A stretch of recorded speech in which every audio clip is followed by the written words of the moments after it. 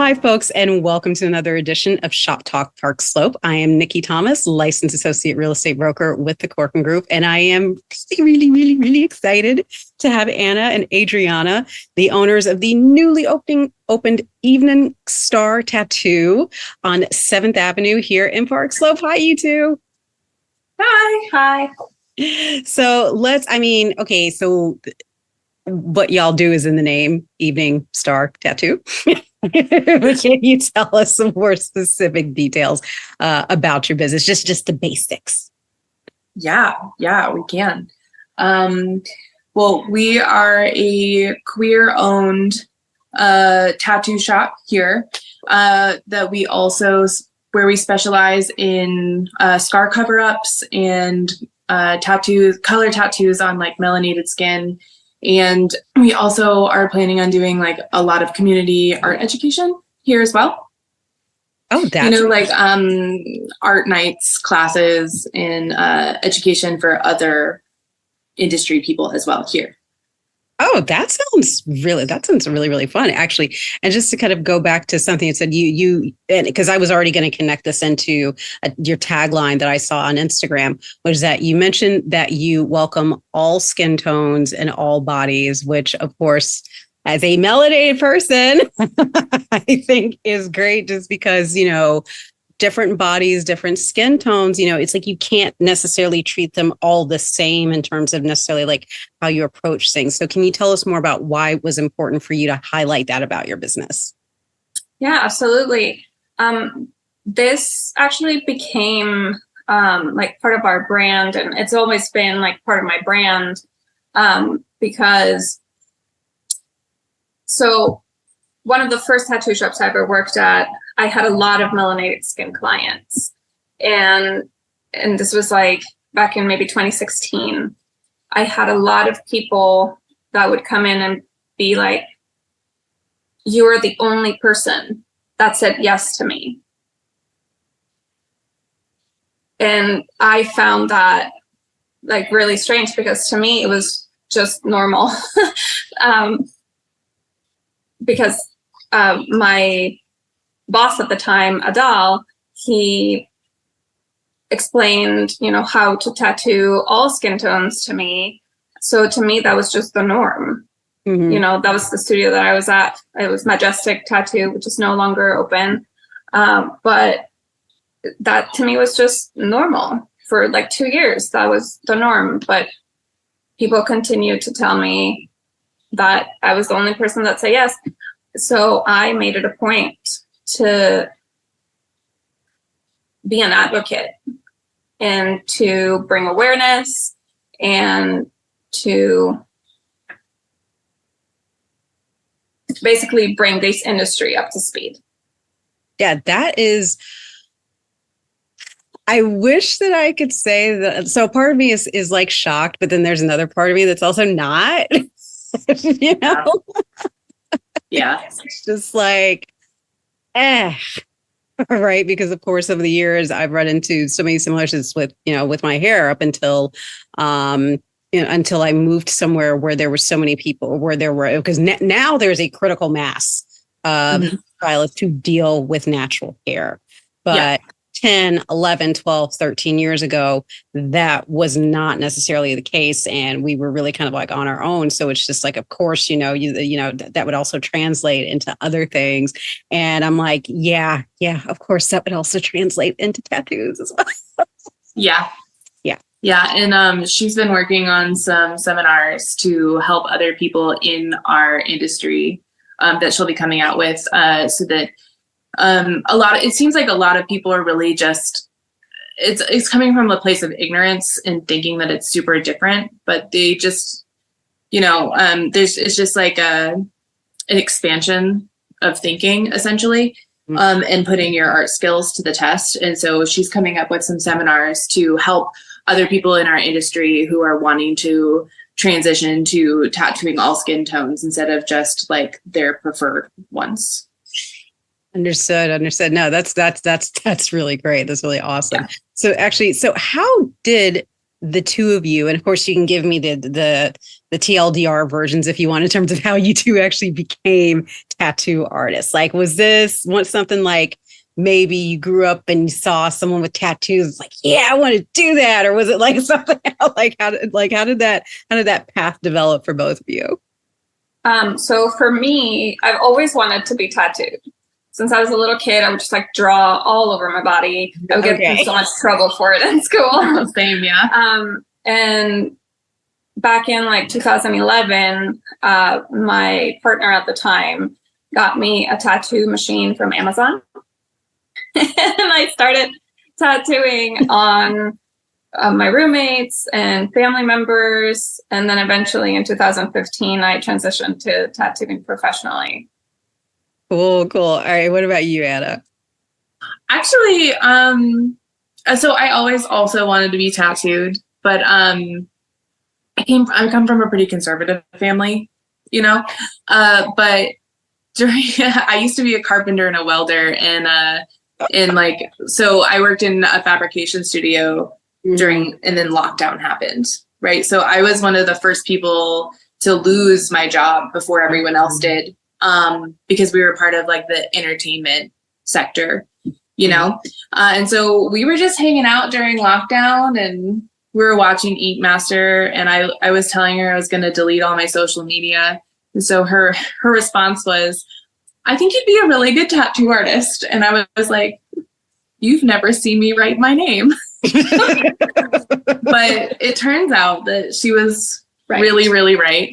I love it. And, luckily, I already had an art background, you know, so it was a pretty easy transition. So we were just sitting there, and I was like, I'm not doing anything else right now. Thought I would give it a go.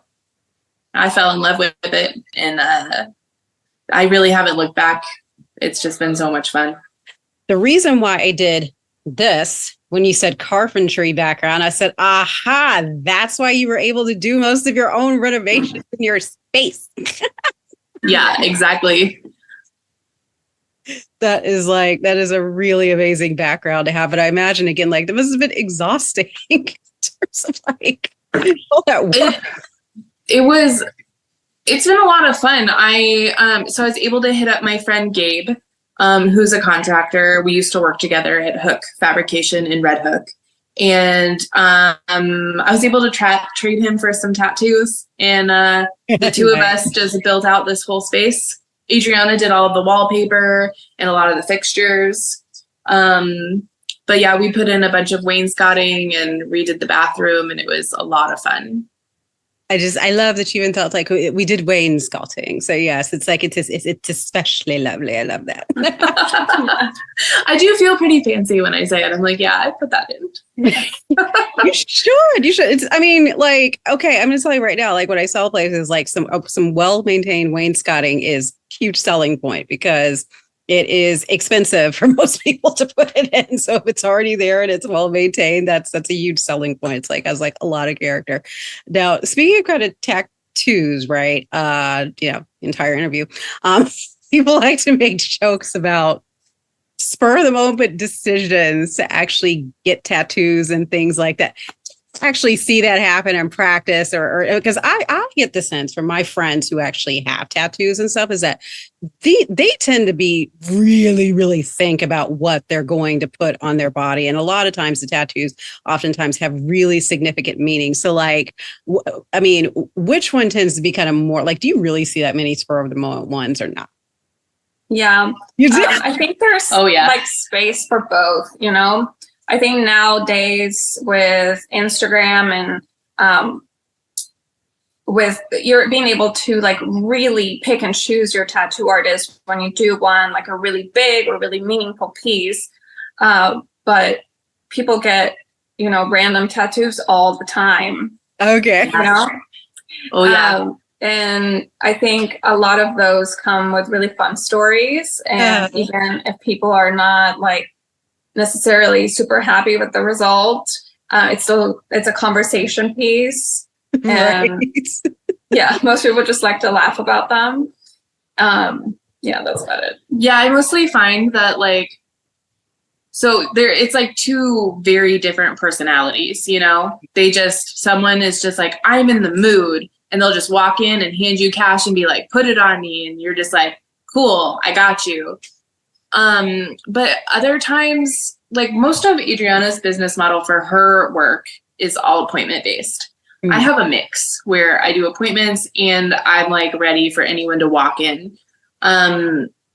The people though, she had said something about like, you know, some people like it's a conversation starter. The only time I ever find that somebody like regretted a tattoo is when they didn't listen to their artist's advice. Oh, okay. That's really the only time, you know, or like if you didn't speak up, if you saw something that you're like, that doesn't really feel right, you know, but you are fearful of hurting the artist's feelings. And then you end up not happy with your tattoo because it wasn't what you wanted. Yeah. I see that a lot. I personally have some of those tattoos. Me too. That I'm actually in the process of getting laser removal on because I loved the tattoo and the meaning behind it and the intention, but I did not like the result, and it was my own fault for not speaking up. And so I'm dealing with the consequences. Yeah. Yeah, the reason why I ask that is because oftentimes whenever, especially like, you know, in Hollywood on TV and everything else, whatever, whenever somebody, one of the popular tropes of like a wild night out, right, is let's go get matching tattoos or let's go do this and it's kind of like, okay, this is one of these things that like people write about a lot because it actually happens because people actually are doing this, or is it just something that somebody once thought of and then it's just become something that's always, but no, it really happens. Oh no, that's real. That's real. Like people will just come in after like a night of partying and demand matching tattoos of something crazy. But that's when you get the moment of either you're going to regret it or you're going to have the most hilarious story for the rest of your life. Yeah, no, yeah. I could definitely see that. So in terms of the shop, like out of all the places that you could have opened your shop, why did you decide, you know what, we're going to go with Park Slope? Was it like the right space at the right time, or had you always had your eye on this neighborhood? Kind of like, what's the story behind that? So during the pandemic, I actually was basically forced to move in with Anna because my living situation during the pandemic, you know, didn't work out. And she was very gracious to be like, hey, just come and stay with me. And at that point, we thought it was going to be like 2 weeks. Yeah. Yeah. But it ended up working with us because now we're married. Yeah. But yeah, so we both just love this neighborhood. I happen to live in this neighborhood. Yeah. Okay. You know, and then the way we got this space was we live 1 block away. Mm-hmm. And we were walking by one day and noticed that it was for rent, and we were just kind of like, that would make a really good tattoo shop. Mm-hmm. So we took a chance on the real estate agency next door and be like, I bet they're renting this space. And it turns out it was. And then it was like the perfect price. And we went from a 45-minute commute to a 2-minute commute. You know, and I just don't think you could get better than that, because we love this neighborhood. We've lived here I lived here for almost 6 years. She's going on 5, you know, and it just couldn't pick a better spot, really. Not only that, but this area doesn't really have a lot of tattoo shops or tattoo studios. Mm-hmm. It's really underserved. And so it seemed like everything just aligned for us. Mm-hmm. Yeah.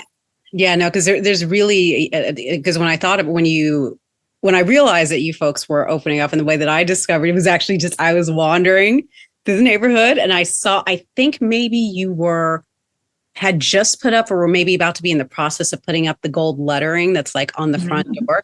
And I'm like, ooh, what is this? This is new.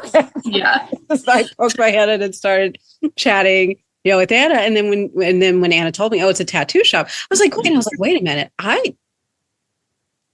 can't think of another tattoo shop in the area. And even if there is, the fact that I couldn't think of one, like, is immediately like, I mean, because any kind of other thing, a hair salon, right?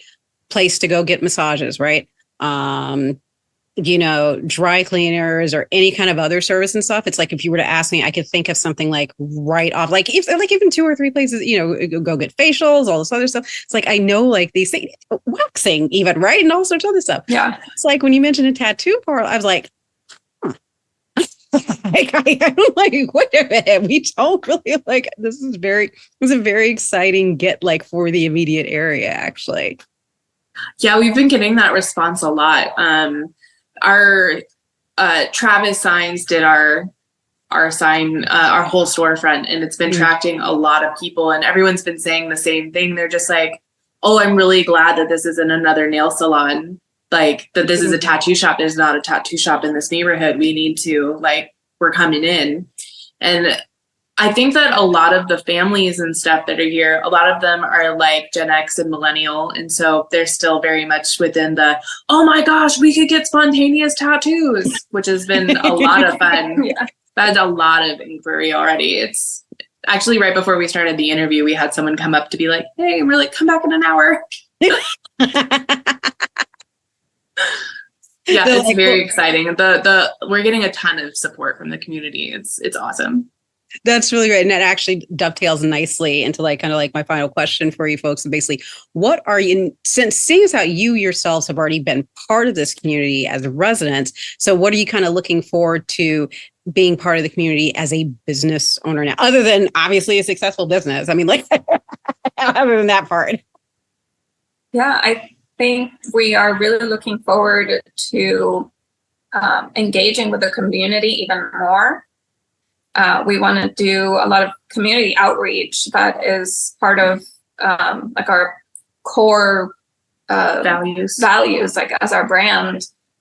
We want to do community outreach. We want to connect with people more. We definitely think that because of Instagram, I think tattoos have become a little almost like inaccessible in a way because it's so distant. It lost that really personal connection that it used to have. You used to just walk into a tattoo shop and meet the artist, or, it was like very like tactile. It's very like, oh, do you have a book? Or, oh yeah, this is your artist. And that has been like a little bit lost because now people just have it at the tip of their fingers. And a lot of people travel to see me from really far, and we never have that sort of initial contact before. So I think we're really looking forward to just trying to connect with people in person. Yeah, it's definitely becoming like the neighborhood tattoo shop that, you can come by and you can hang out and talk to us, and like we can talk about art and then create pieces together. I'm also really, really excited for other business collaborations. Yes. Yeah. We've already talked to quite a few businesses. They're really excited to have us around, and we want to be doing like events together. We just talked to one of the directors for Crunch Fitness. They want to do some stuff with us. And then a couple of the restaurants nearby. So we're looking forward to a lot of like events for like Pride and for just like pop-ups and stuff. It's going to be a lot of fun. That's awesome. I actually post interview, I have like a spot or two that I would like to suggest to you. Oh, I would love that. Yes. So yeah. So while we're going to wrap up here, I'm going to continue with these folks offline, but anywho, you're right. All right. Well, thank you so much for taking time out of your super, super busy schedules, because I know that this, moment for you is all a flurry with activity and everything else over. So I really appreciate you taking some moments to sit down and chat with me. Very excited to have you here in the neighborhood. And again, can you give folks your Instagram handle as well as your the address for the shop? Yes, our Instagram handle is Evening Star Tattoo, and our address is 179B 7th Avenue in Park Slope. It's backwards. What? Say it again. Oh. Okay, so our our Instagram handle is Evening Star Tattoo, and our address is 197B 7th Avenue in Park Slope. 197B, folks. Listen, if you go to the wrong spot, you're going to figure it out pretty quickly. It's big and blue and gold. You won't miss it. You're not going to miss it. You will know immediately if you've arrived at the wrong spot. And if you're not blinded by gold, right, then it's not us. Exactly. If it's not like, wow, this shop signage looks amazing. No offense to whomever might actually be at that address, then it's not.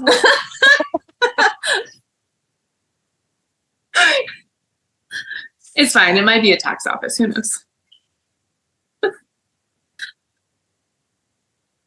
Licensed associate real estate broker with the Corcoran Group. Thank you for joining me for this edition of Shop Talk Park Slope, and I will see you again next time. Bye.